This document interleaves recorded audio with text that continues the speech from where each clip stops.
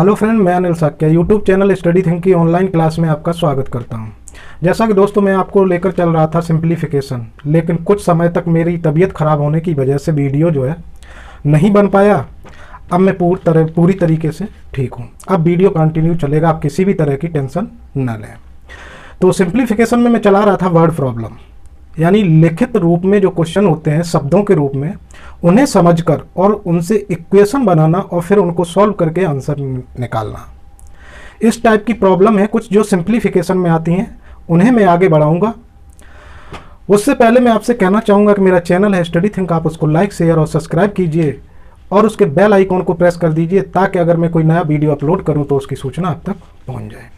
चलिए इसी के साथ मैं अपनी क्लास को शुरू करता हूँ और चलते हैं बोर्ड पर। हाँ तो दोस्तों, नेक्स्ट क्वेश्चन ये रहा आपकी स्क्रीन पर। एक कंपनी की वार्षिक आय प्रतिवर्ष दोगुनी हो जाती है यदि प्रारंभिक आय 4 लाख रुपए हो तो 5 वर्ष बाद कंपनी की आय क्या होगी। अगर हम इसको अंग्रेजी में कहें तो the annual income of a company double every year.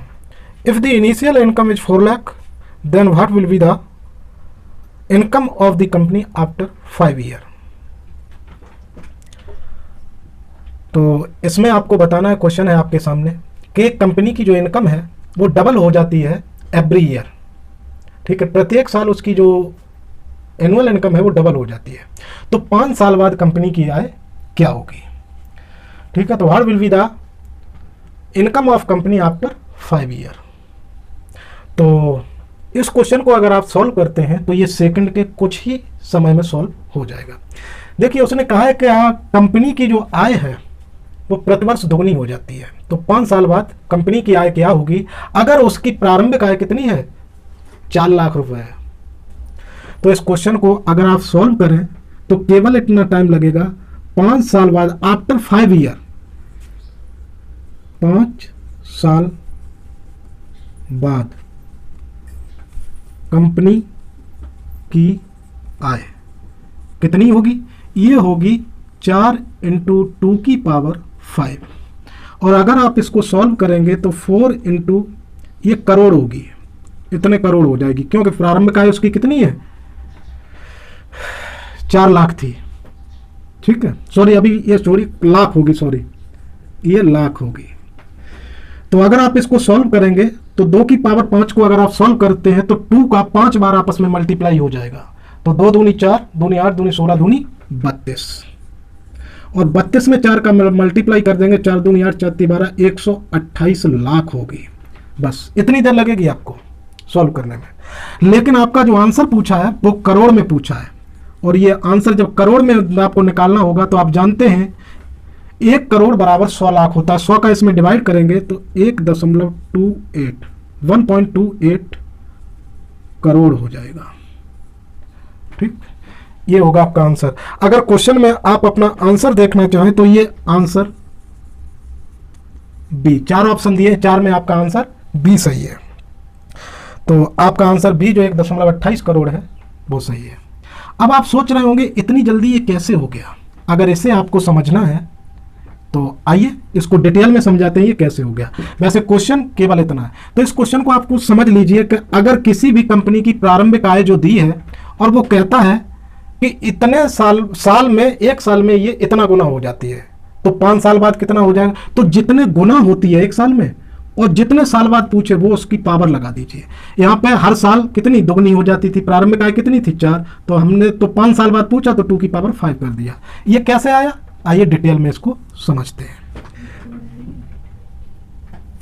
तो अब हम देखते हैं कि डिटेल में इसको देखिए। प्रारंभिक आय कंपनी की कितनी थी, 4 लाख रुपए, तो 1 साल बाद कंपनी की आय कितनी हो जाएगी, आफ्टर 1 ईयर, 1 साल बाद कंपनी की जो आय होगी वो दुगनी हो जाएगी, यानी 4 × 2 हो जाएगी। ठीक, इतनी हो जाएगी। अब 2 साल बाद कितनी हो जाएगी, 2 साल बाद अगली साल फिर ये इसका दूना हो जाएगा। ठीक है, तो 2 साल बाद जो आय होगी वो 4 × 2, ये तो थी 1 साल बाद, 2 साल बाद इसका भी दूना हो जाएगा। 3 साल बाद ये आय कितनी हो जाएगी, तो 3 साल बाद आप अगर ध्यान से देखेंगे तो ये तो थी 2 साल बाद, 3 साल बाद ये हो जाएगी इतनी, फिर इसका दूना हो जाएगा। 4 साल बाद कितनी हो जाएगी, 2 गुणे 2 इतनी हो जाएगी। ध्यान से देखिए, इतनी तो 3 साल बाद हो गई थी, 4 साल बाद फिर दूनी हो जाएगी, और 5 साल बाद कितनी हो जाएगी ये 1 2 3 4 और ये 5। इस तरीके से कंपनी की आय हर साल के बाद दुगनी होती जाएगी। अब ध्यान से देखिए, ये क्या है 4 इंटू 2 की पावर 1, ये कितना है 4 इंटू 2 की पावर, देखिए यहाँ पे घातांकी गुणा कर दीजिए, ठीक है। एक्सपोनेंशियल मल्टीप्लाई करेंगे तो आप जानते हैं अगर दो संख्याएं सेम है तो उनकी पावर जुड़ जाती हैं गुणा में, तो 2 की पावर 1 यहाँ है 1 यहाँ, तो ये हो जाएगा 4 इंटू 2 की पावर 2, और ये कितना हो जाएगा 4 इंटू 2 की पावर 3, और ये कितना हो जाएगा 4 इंटू 2 की पावर 4, और 5 साल बाद हो जाएगी 4 इंटू 2 की पावर 5। तो आप क्या देख रहे हैं, 1 साल बाद 4 इंटू 2 की पावर 1, ये 1 है, तो 5 साल बाद 4 इंटू 2 की पावर 5। 4 क्या है, उसकी प्रारंभिक इनकम थी। 2 क्या कहां से लिया गया, हर साल बाद कंपनी की आय क्या हो रही थी, दुगनी हो रही थी, और 5 साल बाद पूछा तो ये समय था, तो बस सीधा सा था 4 इंटू 2 की पावर 5, उसको सॉल्व किया, ये आपका आंसर था। तो इस तरीके से इस क्वेश्चन को सॉल्व किया गया। डिटेल में अगर आप इसको समझ लिए तो इसको बनाने में आपको कोई दिक्कत नहीं होगी। अगर वो कहता कि एक कंपनी की प्रारंभिक आय 4 लाख रुपए है और ये कंपनी हर साल अपनी इनकम को 5 गुना कर लेती है, तो 5 साल बाद इसकी इनकम क्या होगी, तो आप 4 इंटू यहाँ पे 2 की जगह 5 गुनी हो रही थी, तो यहाँ 5 इंटू 5 साल बाद, तो 5 की पावर 5 हो जाती है। तो कितना भी पूछे, कैसे भी क्वेश्चन को घुमाए, आप तुरंत इसको इस तरीके से बना देंगे। चलिए अब चलते हैं नेक्स्ट क्वेश्चन की तरफ। नेक्स्ट क्वेश्चन आपकी स्क्रीन पर ये रहा, 2 साड़ी तथा 4 कमीज का मूल्य 1600 रुपए है।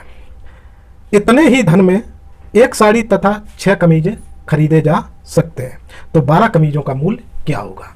अगर हम इसको अंग्रेजी में कहें तो the price of 2 sari and 4 shirts is 1600 रुपये, and 1 sari and 6 shirt can be purchase for the same amount, what will be the cost of 12 shirt. तो दोस्तों यहां आपको सबसे पहले इस लैंग्वेज को बड़ा ही डीपली समझना है। तो वो कह रहा है कि 2 साड़ी तथा 4 कमीज का मूल्य 1600 रुपए है, और इतने ही धन में 1 साड़ी तथा 6 कमीजें खरीदी जा सकती हैं, यानी कितने में, 1600 रुपए में ही। तो आपसे जो है 12 कमीजों का मूल्य पूछा है। तो देखिए यहां पे आपका 2 वेरिएबल लीनियर इक्वेशन बनेंगे। कैसे, चलिए आइए देखते हैं। आपसे उसने साड़ी और कमीज की बात की है, ठीक है। उसने बताया है 2 साड़ी और 4 कमीज का मूल्य 1600 रुपए है, लेकिन आपको न तो साड़ी का मूल्य पता है और न कमीज का मूल्य पता है। तो आप क्या करेंगे, साड़ी का मूल्य मान लेंगे, माना साड़ी का जो मूल्य है वो बराबर x रुपये है, तथा कमीज का 22 रुपये है। साड़ी का मूल्य x रुपये है तथा कमीज का मूल्य 22 रुपये है। अब आप बताइए 2 साड़ी कितने की होंगी, एक साड़ी का मूल्य x रुपये आपने मान लिया, तो 2 साड़ी का 2 का मल्टीप्लाई कर दीजिए इसमें, तो कितना हो जाएगा 2x। तो 2 साड़ी का आपने मूल्य निकाल लिया, 2x हो गया।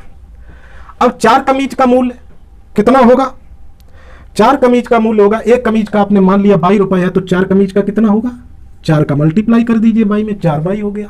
ये 2 कमीज का मूल्य है और ये ये 2 साड़ी का मूल्य है, ये 4 कमीज का मूल्य है। और उसने कहा ये बराबर किसके है, 1600 रुपए का, यानी इन दोनों को अगर आप जोड़ देंगे तो किसके बराबर हो जाएगा, 1600 के। तो ये देखिए, इसको कहते हैं हम 2 चर वाला रेखिक समीकरण, यानी 2 वेरिएबल लीनियर इक्वेशन। अब इस 2 वेरिएबल लीनियर इक्वेशन को अगर सॉल्व करना है तो हम सॉल्व करने का मतलब x और y का मान निकाल लें, तो हमें पता चल जाएगा एक कमीज की कीमत कितनी है, वो एक कमीज की कीमत कितनी है और एक साड़ी की कीमत कितनी है। लेकिन एक समीकरण से हम 2 वेरिएबल का मान ज्ञात नहीं कर सकते। अगर दो वेरिएबल का इक्वेशन है तो ये सॉल्व करने के लिए हमारे पास दो इक्वेशन भी होनी चाहिए। तो देखिए पहली शर्त तो उसने बताई थी कि 2 साड़ी और 4 कमीज का मूल्य कितना है, 1600 रुपए। एक समीकरण तो तुम्हें यहां से मिल गया। दूसरा समीकरण और वो देगा, लैंग्वेज को पढ़िए। आगे उसने कहा कि इतने ही धन में 1 साड़ी और 6 कमीजें खरीदे जा सकते हैं। तो अब बताइए 1 साड़ी की कीमत कितनी है, x रुपया, प्लस 6 कमीज की जो कीमत होगी 1 साड़ी तथा 6 कमीज, तो 1 साड़ी की कीमत x रुपया होगी और 6 कमीज की कितनी हो जाएगी, 6 बाई। और ये कितना होगा, दोनों को अगर जोड़ दोगे तो इसकी भी कीमत इतनी ही होगी, 1600 रुपए। तो ये आपके पास आ गया समीकरण नंबर 1 और ये आ गया 2। अब उसने आपसे पूछा है कि 12 कमीज का मूल्य कितना होगा। तो 12 कमीज का मूल्य आप तभी बता पाएंगे जब आप 1 कमीज का मूल्य निकाल लीजिए, यानी बाई की वैल्यू आप निकाल लें। तो बाई की वैल्यू आप कब निकाल पाएंगे, जब इन समीकरणों को आप सॉल्व करेंगे। देखिए अगर आपको मैथ पढ़ना है तो आपको एक चर वाला रेखीय समीकरण यानी 1 वेरिएबल लीनियर इक्वेशन, 2 चर वाला रेखीय समीकरण यानी 2 वेरिएबल लीनियर इक्वेशन, इन्हें सॉल्व करना आना चाहिए और बहुत अच्छे से आना चाहिए, क्योंकि ये कुछ इक्वेशन यानी समीकरण आपको कहीं भी मिल जाएंगे। अगर आपको ये सॉल्व करना नहीं आता है तो आप मैथ नहीं लगा पाएंगे। अब आप सोचेंगे सीखे कैसे हम, तो घबराइए मत, मेरी प्लेलिस्ट में जाइए, वहाँ 1 वेरिएबल 2 वेरिएबल लीनियर इक्वेशन को सॉल्व करना बताया गया है। आप वहाँ जाके वीडियो देख लीजिए, आप इसे सॉल्व करना सीख जाएंगे। बहरहाल छोटी सी बात है, मैं यहाँ आपको समझा देता हूँ, आप समझ लीजिए।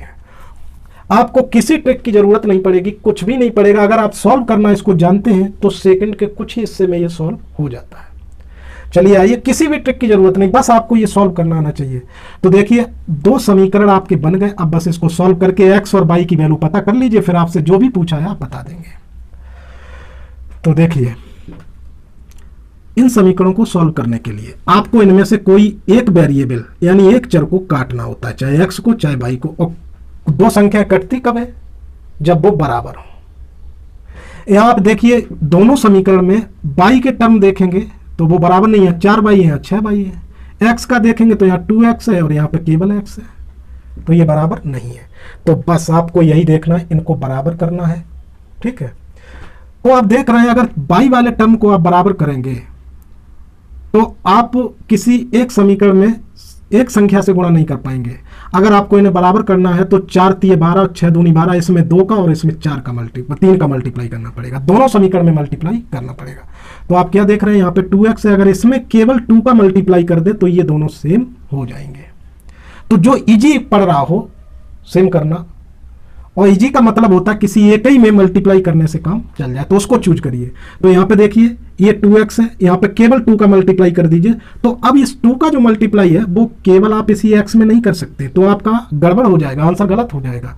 जो भी काम करते हैं हम, गुणा करें, भाग करें या कुछ भी करें, तो समीकरण में पूरे में एक साथ किया जाता है, तो इसका मान चेंज नहीं होता है, वैल्यू चेंज नहीं होती है, ये याद रखिए। तो आपने ये तो डिसाइड कर लिया कि इसमें 2 का मल्टीप्लाई, अब इस 2 का मल्टीप्लाई हम पूरे में कर देंगे और इसमें कुछ भी नहीं करेंगे, सेम टू सेम उतार लें। फिर इन दोनों को हम काट देंगे। तो पहले देखिए ये डिसाइड हो गया, इसमें 2 का मल्टीप्लाई, बस इतना ही आपको चेक करना है। यानी समीकरण 2 में आप 2 का मल्टीप्लाई कर दें। ये समीकरण के नाम दे दिए हमने ताकि हम ये बता सकें कि हम ये काम समीकरण 2 में कर रहे हैं। तो समीकरण 2 में हमने 2 का मल्टीप्लाई कर दिया, ठीक। तो पहले वाले में तो हमें कुछ भी नहीं करना, तो इसको पहले वाले को सेम टू सेम उतार लीजिए। 2x plus 4y equal to 1600। दूसरे में 2 का मल्टीप्लाई करेंगे तो 2 का मल्टीप्लाई पूरा समीकरण होगा, मतलब इसमें भी, x में भी, y में भी और इसमें भी। तो ये 2 में x में करेंगे तो 2x हो जाएगा, प्लस इसमें करेंगे तो 12y हो जाएगा, इक्वल टू इसमें करेंगे तो 3200 हो जाएगा। बस अब देख लीजिए दोनों समीकरण आपके, इसमें x वाले टर्म बराबर हो गए, पद बराबर हो गए। अब काटने का मतलब कब कटते हैं, 2 संख्याएं अगर बराबर हैं,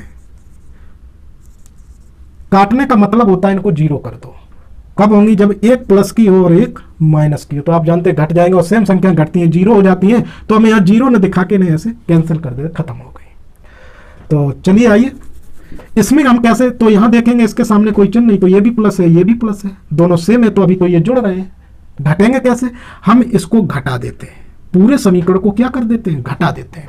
तो हम क्या करेंगे, इसको ऐसे पूरे समीकरण के सामने ये माइनस कर देंगे, घटा दिया हमने। अब क्या करेंगे, इस ब्रैकेट को जब हटाएंगे तो इस माइनस का पूरे में मल्टीप्लाई हो जाएगा, और जब पूरे में मल्टीप्लाई हो जाएगा तो होगा तो इसका भी चिन्ह बदलेगा, इसका भी और इसका भी। तो इसको हम यहाँ माइनस न दिखा के यहाँ पर लिख देते हैं घटाने पर, घटाने पर। तो घटाने का मतलब क्या होता है, जैसे हम यहाँ लिखते हैं घटाने का मतलब, इसका मतलब ऊपर वाले में से नीचे वाले को घटा रहे हैं। और जब घटाएंगे तो अभी मैंने दिखाया था, ये प्लस है, माइनस यहाँ हो जाएगा, ये प्लस है, ये भी माइनस हो जाएगा, ये प्लस है तो ये भी माइनस हो जाएगा। अब ये वाले साइड इसके काम करेंगे। तो अब देखो ये प्लस, ये माइनस, ये कैंसिल हो गया, ठीक है। अब इसको जो है हम सॉल्व करेंगे तो 4y प्लस के हैं और ये 12y माइनस के। प्लस माइनस की संख्याएं घट जाती हैं, बड़े में से छोटी घटेगी, तो यहाँ पे बचेंगे 12 में से 4 जाएंगे 8y, और ये किसके बचेंगे, माइनस के। इजकल टू यहाँ पे देखिए, ये प्लस के 1600, ये माइनस के 3200 घट जाएंगे, बचेंगे किसके, माइनस के 1600। 3200 में से 1600 घट जाएंगे, माइनस माइनस दोनों तरफ से हट जाएगा। y इजकल टू कितना, 8y इजकल टू 1600 हो जाएगा। तो y बराबर 1600/8, और 8 दूनी 16, यानी 200 रुपये आ गया। ठीक, 8 से 16 में भाग दे, 1600 में भाग देंगे तो 8 दूनी 16, 200 रुपये आ जाएगा। तो बाई का मान कितना आया, 200, तो ये 200 रुपया हो गया। और बाई क्या मान के चले थे आप, कमीज का मूल्य। एक कमीज का है, ठीक है, ये एक साड़ी का माने थे, ये एक कमीज का। एक कमीज का मूल्य 22 रुपया, बाई की वैल्यू कितनी आई, 200। इसका मतलब एक कमीज की कीमत कितनी हो गई, 200 रुपये हो गई। देखिए, इस काम को करने में अगर आप इसको जानते हैं तो ये काम कुछ ही सेकंड का है। आपको किसी भी ट्रिक की कहीं भी कोई भी जरूरत नहीं है, लेकिन आपको ये चीज सॉल्व करनी क्लियरली आनी चाहिए, और ये सीखनी ही पड़ेगी। अगर आपको मैथ पढ़ना है तो ये सीखना ही पड़ेगा आपको, और कोई रास्ता है नहीं आपके पास। और अगर आप इसको सीख जाते हैं तो किसी भी ट्रिक की जरूरत नहीं कहीं भी, और आप सेकंड के कुछ ही हिस्से में इस क्वेश्चन को सॉल्व कर देंगे। तो आपको पता चल गया बाई की वैल्यू कितनी है, 200 रुपये, यानी एक कमीज की कीमत 200 रुपये, क्योंकि यहाँ मानी थी आपने कमीज का मूल्य जो है वो 22 रुपये है। अब आपसे कितने की कीमत पूछा है, 12 कमीज की कीमत पूछा है, 12 शर्ट की। तो आप जानते हैं एक शर्ट 200 रुपया की है, तो 12 शर्ट कितने की हो जाएंगी, 2400 रुपया की हो जाएंगी। एक की अगर कीमत पता है, जितने की पूछे उसका मल्टीप्लाई कर दीजिए, ठीक है। तो 12 जो शर्ट होंगी, शर्ट्स इजकल टू हो जाएगा 12 × 200 इजकल टू 2400 रुपये, ठीक है। तो इस क्वेश्चन का आपका आंसर है बी। कौन सा आंसर सही है, बी। तो आंसर आपका बी सही है।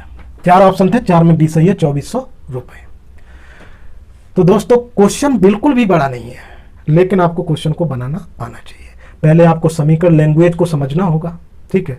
उसने कहा था कि 2 साड़ी और 4 कमीज की कीमत 1600 रुपये है, और इतने ही धन में यानी 1600 रुपये में ही एक साड़ी तथा 6 कमीजें खरीदे जा सकते हैं। तो 12 कमीज की कीमत आपसे पूछा था। तो हमने मान लिया कि अब 2 कमीज की कीमत हम तभी निकाल पाएंगे जब एक की पता हो। अब दिया तो है नहीं, तो हमने मान लिया एक साड़ी की कीमत 400 रुपये है। अब 4 कमीज की कीमत निकालनी थी, तो हमने मान लिया एक कमीज की बाई है, तो 4 की 4 बाई हो गई। उसने कहा था अब ये कितनी 2 कमीज की कीमत है, जो हमने माना उसके अकॉर्डिंग 2 कमीज की कीमत 2x रुपया हो गई, वो 2 साड़ी की, और 4 कमीज की 4 बाई हो गई, बराबर 1600 रुपये उसने हमें दे दिया था। एक समीकरण यहां से मिला। दूसरा समीकरण दूसरे स्टेटमेंट से मिल गया, जिसमें उसने कहा कि एक साड़ी और 6 कमीज की कीमत भी इतना ही है। तो एक साड़ी की कीमत x रुपया और 6 कमीज की कीमत 6 बाई हो जाएगी, 6 का मल्टीप्लाई हो जाएगा। एक की बाई है तो 6 कमीज की 6 बाई हो जाएगी, मल्टीप्लाई हो जाएगी। दोनों को जोड़ दीजिए, बराबर कितने, 1600। 2 समीकरण मिले, बस इतना ही आपका काम था। अगर इतना आप लैंग्वेज को पढ़ के आपको बनाना ही पड़ेगा, यहां कोई भी ट्रिक आपकी काम नहीं करेगी। और अगर आप इसको बना लिए तो अब आपको सॉल्व करना ये आना चाहिए। इसको सॉल्व करना बस इतनी सी बात है कि कोई एक टर्म आपको बराबर करना होगा। अगर चिन्ह अलग अलग नहीं है तो उन्हें घटा दीजिए और अलग हो जाएंगे। उसके बाद एक टर्म जो है आपका कट जाएगा, एक बचेगा, उसको सॉल्व करके वैल्यू निकाल लीजिए, फिर एक की वैल्यू आपको पता चल जाएगी। दूसरे की कैसे निकालेंगे, एक्स की? तो देखिए, जब एक की आपको पता चल गई तो हमें बाई केवल 12 कमीज की पूछा था, तो कमीज की डायरेक्ट निकल आई थी, तो हमारा काम हो गया था। अगर वो 12 साड़ी की पूछता तो हमें एक्स की वैल्यू निकालनी होती। यहां से बाई की वैल्यू निकल आई थी। अब इस बाई की वैल्यू 200 रुपया, इसको उठा के हम यहाँ किसी 1 या 2 में किसी भी समीकरण में हम इसको पुट कर देते। तो यहाँ पर रख देते बाई की वैल्यू, और इसको सॉल्व करके हम एक्स की वैल्यू पता कर लेते। फिर हमसे चाहे जो पूछता हम निकाल ले। तो दोस्तों इसको सॉल्व करना सीख लीजिए, आगे सारे क्वेश्चन इसी पे हैं। और ये काम मैं आपको समझा रहा हूं, नहीं सेकंड के कुछ ही हिस्से का है, ये सेकंड के कुछ ही हिस्से में आप सॉल्व करके निकाल सकते हैं। तो चलिए दोस्तों अब आगे चलते हैं, देखते हैं नेक्स्ट क्वेश्चन। हाँ तो दोस्तों नेक्स्ट क्वेश्चन ये रहा आपकी स्क्रीन पर। एक व्यक्ति के पास कुछ गौएं तथा कुछ मुर्गियां हैं। यदि इनके सिरों की संख्या 48 हो तथा टांगों की संख्या 140 हो तो मुर्गियों की संख्या कितनी है? अगर इसी को हम अंग्रेजी में कहें, कह रहा है a person has few chickens and some cows, if the number of their heads are 48 and the number of their legs is 140 then what will be the number of chickens. यानी एक व्यक्ति के पास कुछ गाय हैं और कुछ मुर्गियां हैं और कुछ गौएं हैं। यदि उनके सिरों की संख्या 48 है, उनकी टांगों की संख्या 140 है, तो मुर्गियों की संख्या कितनी है? तो चलिए आइए इस क्वेश्चन को सॉल्व करते हैं। तो आप ध्यान से देखें, उसने कहा है कि एक व्यक्ति के पास कुछ मुर्गियां हैं और कुछ गायें हैं। उनके सिरों की संख्या 48 यानी 48 है और टांगों की संख्या 140 है, तो मुर्गियों की संख्या पूछा है। तो देखिए अगर हमें यह पता चल जाए कि मुर्गियां कितनी हैं और गाय कितनी है, तो हम उनके सिरों की संख्या पता आराम से हो जाएगी। जितनी मुर्गियां हैं और जितनी गाय हैं उनको जोड़ दीजिए तो टोटल सिरों की संख्या पता चल जाएगी। ठीक है, क्योंकि एक मुर्गी के पास एक ही सर होता है और एक गाय के पास भी एक ही सर होता है, तो टोटल सरों की संख्या कितनी होगी? जितनी गाय और मुर्गियां होंगी उसके पास। तो चलिए आइए इस क्वेश्चन को भी सॉल्व करने के लिए हमें मानना पड़ेगा कि उसके पास x मुर्गी है और y गाय है। तो माना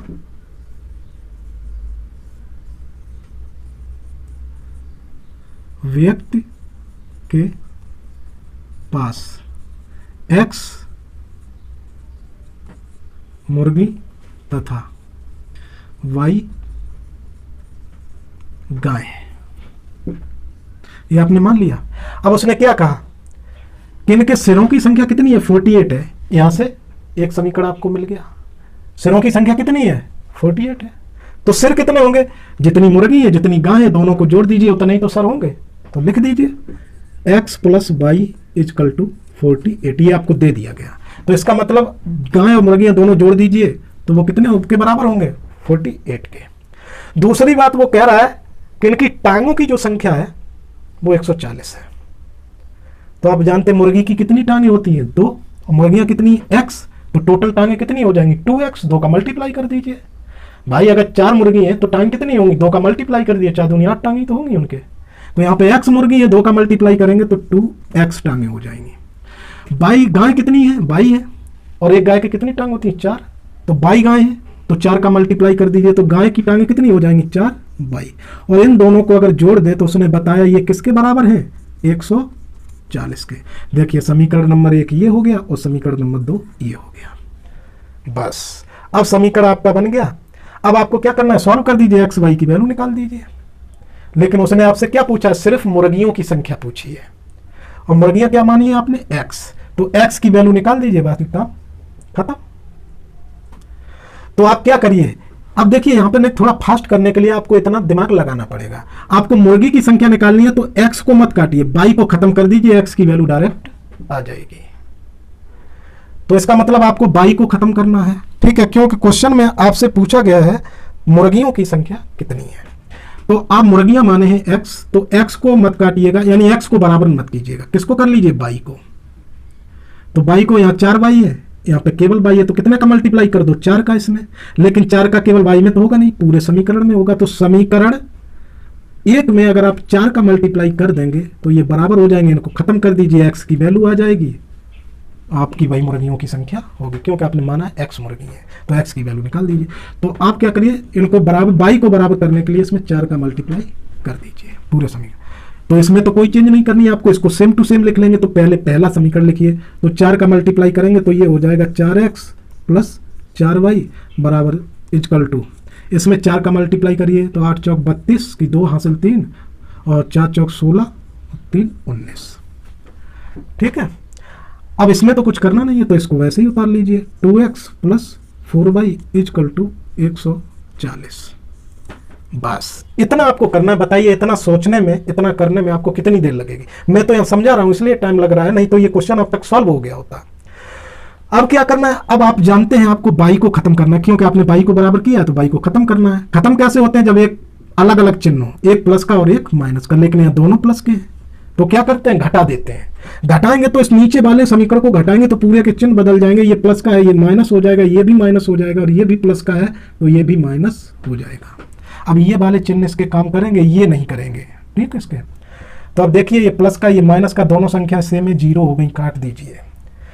ये माइनस का ये प्लस का क्या होंगे, घटेंगे। 4x में से 2x घट जाएंगे तो 2x बचेंगे, इक्वल टू यहाँ 192 में से अगर आप 140 घटाएंगे तो यहाँ 2 बचेगा, 9 में से 4 गई 5 बचेगा। कितना बचा, 52। अब बताइए 2x बराबर 52 है कि नहीं। तो अब आप x की वैल्यू नहीं निकाल पाएंगे। अब ये आ गया एक चर वाला रेखीय समीकरण, ठीक है। x की वैल्यू निकालेंगे, 2 या मल्टीप्लाई में इधर जाएगा, भाग लग जाएगा, तो x बराबर 52/2। और अगर इस 2 का भाग देंगे, 2 दूनी 4 बचेगा 1, 12 हो जाएंगे, 2 छक्के 12, यानी x इक्वल टू आ जाएगा आपका 26। और x आपने क्या मानी थी, व्यक्ति के पास इतनी मुर्गियां थी x, और आपसे पूछा क्या है क्वेश्चन में, मुर्गियों की संख्या ही पूछा है, तो x की वैल्यू आ गई। अब आपकी मुर्गियां कितनी है, 26, यही तो पूछा था, उसके पास कितनी मुर्गियां हैं, तो मुर्गियों की संख्या आपकी आ गई 26। और इस क्वेश्चन का आंसर डी सही है। 4 ऑप्शन पूछा था तो आपका आंसर हो गया डी ऑप्शन सही है।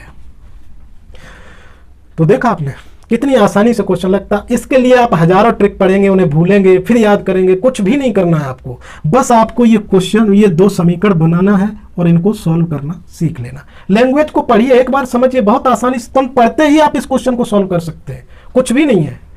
चलिए अब नेक्स्ट क्वेश्चन लेते हैं, इसी टाइप का है। नेक्स्ट क्वेश्चन ये रहा आपकी स्क्रीन पर, जिसमें लिखा है 10 कुर्सियों का मूल्य 4 मेजों के मूल्य के बराबर है। यदि 15 कुर्सियों तथा 2 मेजों का कुल मूल्य 4000 रुपए है, तो 12 कुर्सियों तथा 3 मेजों का मूल्य कितना है, ये आपको बताना है। अगर इसी को हम अंग्रेजी में कहें तो the cost of 10 chair is equal to the cost of 4 table. If the price of 15 chair and 2 table is R S 4000, then what is the cost of 12 chair and 3 tables. तो आपको इस क्वेश्चन में दिया है 10 कुर्सियों का मूल्य 4 मेजों के मूल्य के बराबर है। तो दोस्तों क्वेश्चन थोड़ा सा चेंज है। 10 कुर्सियों का जो मूल्य है वो 4 मेजों के मूल्य के बराबर है, यानी हम लिख सकते हैं 10 कुर्सी, 10 कुर्सियों का मूल्य बराबर है 4 मेजों के, ठीक है। यानी 10 chair is equal to 4 tables. कोई दिक्कत। अब उसने कहा है कि 15 कुर्सियों तथा 2 मेजों का मूल्य, 15 कुर्सी प्लस 2 मेज, इनका जो मूल्य है वो बराबर है कितने के, 4000 के, ठीक है। यही तो कहा उसने। 10 कुर्सी का मूल्य यानी 10 कुर्सी का मूल्य 4 मेजों के मूल्य के बराबर है, और 15 कुर्सी तथा 2 मेजों का जो मूल्य है, 15 कुर्सी तथा 2 मेजों का मूल्य 4000 रुपए है, तो 12 कुर्सी और 3 मेज का मूल्य बताना है, ठीक है। तो अब यहां देखिए, अभी तक जो हम समीकरण बनाते थे उस टाइप के समीकरण यहां नहीं बन पाएंगे। यहां पर केवल एक ही समीकरण बन पाया आपका सही से, 1 इक्वल टू में आ गया। तो अब इस वाले समीकरण की मदद से हमने देखो यहाँ पे एक्स वाई नहीं माना, आप चाहो तो एक्स वाई मान सकते हो। हमने कुर्सी को कुर्सी लिख दिया, कुर्सी का मूल्य कुर्सी मान लिया, और मेज को मेज लिख दिया, ठीक है। तो 10 कुर्सी का मूल्य बराबर 4 मेजों का मूल्य, यानी हम कह सकते हैं 10 कुर्सियां जो है 4 मेजों के बराबर है। और यहाँ पे लिखा है 15 कुर्सी प्लस 2 मेज का मूल्य 4000 रुपए है। तो आप बताइए, जब 10 कुर्सी बराबर 4 मेज है तो 2 मेज बराबर कितनी, 5 कुर्सी के हो जाएगा कि नहीं। कुछ भी नहीं करना, बस आपको समझना है 2 मेज 5 कुर्सी के बराबर होंगी, तो हम लिख सकते हैं 15 कुर्सी प्लस 5 कुर्सी बराबर कितने हो जाएंगे, 4000। ऐसा हमने क्यों किया, देखिए अगर यहां भी कुर्सी है यहां भी कुर्सी है, अब हम इनको सॉल्व कर सकते हैं, ठीक। तो इसकी मदद से हमने ये जो मेज थे इनको भी किस में बदल दिया, कुर्सी में। हमने देखा कि 4 मेज 10 कुर्सी के बराबर है, तो 2 मेज किसके बराबर होंगे, 5 कुर्सी के। तो 2 मेज की जगह हम क्या लिख सकते हैं, 5 कुर्सी। अब अगर इनको जोड़ देंगे तो ये कुर्सी कुर्सी है, सेम वेरिएबल है, तो जुड़ जाएंगे, ये हो जाएंगी 20 कुर्सी। और 20 कुर्सी की कीमत कितनी है, 4000 रुपया। तो एक कुर्सी की कितनी हो जाएगी, 20 का इधर भाग लग जाएगा, 4000 बटे 20। 1 0 से 1 2 दूनी 4 बराबर 200 रुपये। तो बताइए एक कुर्सी कितने की हो गई, 200 रुपया की हो गई, 200 रुपये की हो गई। अब बताइए जब एक कुर्सी 200 रुपया की हो गई, अब आप नहीं निकाल पाएंगे यहाँ से कि मेजों की मूल्य कितना है एक मेज का। जब एक कुर्सी 200 रुपया की है तो 10 कुर्सी कितने की हो जाएंगी, 2000 रुपये की हो जाएंगी। यानी 2000 रुपये में कितनी मेज आएंगी, 4 मेज हो जाएंगी। तो एक मेज कितने की हो जाएगी, 500 रुपये की। सीधी सी बात है। आप चाहें तो इसको यहाँ लिख लें, यहाँ कर लें। तो देखिए 10 कुर्सी का मूल्य बराबर 4 मेजों के मूल्य के बराबर है। ठीक है, तो 10 कुर्सी कितने की हो जाएंगी, 10 गुणे 200 यानी 2000 रुपया बराबर कितनी है, 4 मेज। 4 मेज की कीमत कितनी हो गई, 2000 रुपये। तो एक मेज कितने की हो जाएगी, 2000 बटे 4। तो 4 पंजे 20 यानी 500 रुपये की। कितने की हो गई, 500 रुपये की। आपको पता है एक मेज बराबर 500 रुपये की और एक कुर्सी कितने की है, 200 रुपये की। अब आपसे क्या पूछा है, 12 कुर्सी और 3 मेज की कीमत कितनी होगी। तो आप बताइए 12 कुर्सी की कीमत कितनी हो जाएगी, एक कुर्सी की है 200 रुपये की, तो 12 गुणे 200 प्लस 3 मेज, एक मेज कितने की है, 500 रुपये की, तो 3 गुणे 500, यही रुपया हो बनेगा टोटल। इनको जोड़ दीजिए, 12 दूनी 2400 प्लस 1500, तो ये हो जाएगा 2400, 1500 को जोड़ोगे आप तो ये हो जाएगा 3900 रुपये, यानी 3900 रुपये की 12 कुर्सी और 3 मेज आएंगे। यही आपको पूछा था। तो देखिए क्वेश्चन थोड़ा सा हटके था। यहाँ 2 समीकरण स्पष्ट रूप से दिखाई नहीं पड़ रहे थे। पहले समीकरण का यूज करके हमें दूसरे समीकरण को 1 वेरिएबल बनाना था और फिर उसको जोड़ के वैल्यू फाइंड करनी थी। बस एक कुर्सी और एक मेज की अलग अलग कीमत जब हमको पता चल गई, फिर हमसे अब कुछ भी पूछे हम निकाल दिए 3900 रुपये। तो इसमें जो आपका आंसर है वो आंसर डी सही है। कौन सा आंसर सही है, चारों में डी सही है। तो आपका आंसर जो होगा वो डी सही होगा, 3900 रुपये। चलिए दोस्तों नेक्स्ट क्वेश्चन लेते हैं। तो नेक्स्ट क्वेश्चन ये रहा आपकी स्क्रीन पे, जिसमें लिखा है 9 संतरों का मूल्य 5 सेबों के मूल्य के बराबर है। 5 सेबों का मूल्य 3 आमों के मूल्य के बराबर है और 4 आमों का मूल्य 9 नींबुओं के मूल्य के बराबर है। या 3 नींबू का मूल्य 4.80 रुपये हो तो एक संतरे का मूल्य कितना है। अगर इसी को हम अंग्रेजी में कहें तो the cost of 9 orange is equal to the cost of 5 apple and cost of 5 apple is equal to the cost of 3 mango and the cost of 4 mango is equal to the cost of 9 lemon. If the cost of 3 lemon is equal to Rs 4.80, then how many cost of 1 orange? तो दोस्तों इस question में आपको देखिए बड़ा घुमा दिया है। आप घबराइए मत, आप रिलेट कीजिए। ठीक है, वो क्या कह रहा है, वो कह रहा है 9 संतरों का मूल्य 5 सेबों के मूल्य के बराबर है और 5 सेबों का मूल्य 3 आमों के मूल्य के बराबर है। यानी 9 ऑरेंज, ठीक है, संतरे का मूल्य जो है वो किसके बराबर है, ये है 5 सेब के बराबर। ठीक है, 5 सेबों के बराबर। और जो 5 सेबों का मूल्य है वो 3 आमों के बराबर है। यानी हम लिख सकते हैं इसके बराबर है 3 मैंगो। ठीक है, 9 संतरे बराबर 5 सेब बराबर 3 आम। यही कह रहा है ना, स्पष्ट देख लीजिए। वो कह रहा है 9 संतरों का मूल्य 5 सेबों के मूल्य के बराबर है और 5 सेबों का मूल्य 3 आमों के मूल्य के बराबर है। एंड 4 मैंगोज आर, ठीक है, उसके बाद वो कह रहा है और 4 आमों का मूल्य 9 नींबू के बराबर है। तो अब यहां पे गड़बड़ हो गया। 4 आम बराबर है 9 नींबू के। ठीक है, 4 आम का मूल्य 9 नींबू के बराबर है या 3 नींबू का मूल्य 4 रुपया 80 पैसा है। और यहां पे दिया है आपको 3 नींबू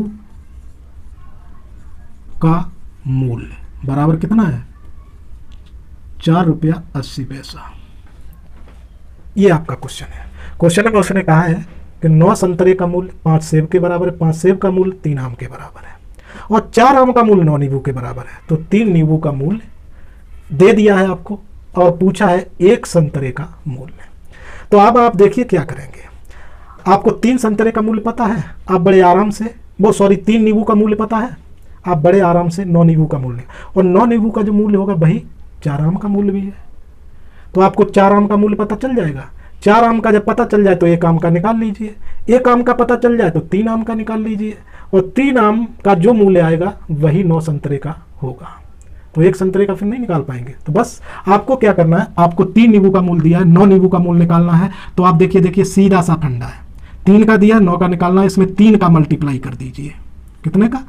9 नींबू बन जाएंगे, और इधर भी 3 का मल्टीप्लाई कर दीजिए। तो 3 जीरो की 3 8 24 और 3 चौक 12 और 2 14, ₹14.40 9 नींबू का मूल्य आ गया। बोलिए। अरे भाई 3 नींबू का पता था, हमने 3 का मल्टीप्लाई कर दिया, 9 नींबू दूना कर दिया इसको, ठीक है। तो वो 3 का मल्टीप्लाई कर दिया, 3 गुना कर दिया। अगर ऐसे नहीं निकाल पाते हैं आप तो आप क्या करें, 3 नींबू का दिया, 1 नींबू का क्या हो जाएगा, इसमें 3 का भाग दे दीजिए और फिर 9 का मल्टीप्लाई कर दीजिए, तब भी यही आएगा। ठीक है। कैसे? इसमें आप 3 का भाग करिए और फिर 9 नींबू का निकालने के लिए 9 का मल्टीप्लाई करें। 3 तरह का 9, 3 का इसमें गुणा कर दीजिए, वही तो हम कर दीजिए डायरेक्ट। ठीक है। तो आपके पास 9 नींबू का मूल्य आ गया। 9 नींबू का जो मूल्य है वो किसके बराबर है? 4 आम के। इसका मतलब ये जो ₹14.40 है, इतने में 4 आम आते हैं। ठीक है। तो 4 आम बराबर कितने के हैं? ₹14.40 के।